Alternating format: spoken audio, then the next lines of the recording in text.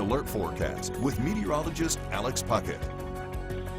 Let's start off with Hurricane Michael. This is going to be the big weather story over the next several days across the United States. Now a Category 4 hurricane. You can see the eye there. This is a very strong storm and is continuing to intensify based on some of the latest information we're getting from the hurricane hunters. Currently, 140 mile-an-hour sustained winds, minimum pressure 943 millibars. That's quite low, and it's moving north at a good clip, 13 miles an hour. And here's what our model does with this storm. Notice the time, 2 o'clock this afternoon, making landfall pretty close to Panama City and Panama City Beach. Now, this model may not nail this thing perfectly, but it's going to be in this general region of the Florida Panhandle, most likely west of Apalachicola Bay as we head into the afternoon. Timing for this thing, the worst of the weather probably starting in this part of the Florida Panhandle around 10 or 11 o'clock this morning, with landfall sometime between about noon or 3 to 4 o'clock.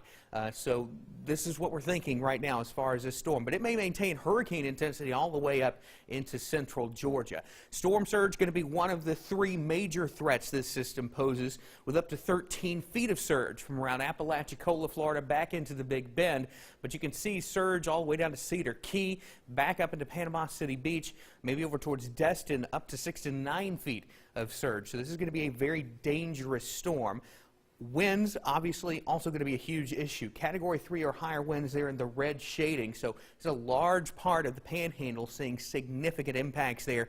And inland flooding, also going to be a big deal all the way into the Wiregrass of Alabama, central Georgia, and a good chunk of the Florida Panhandle today as well. Isolated tornadoes not out of the question generally along and east of the center of this storm.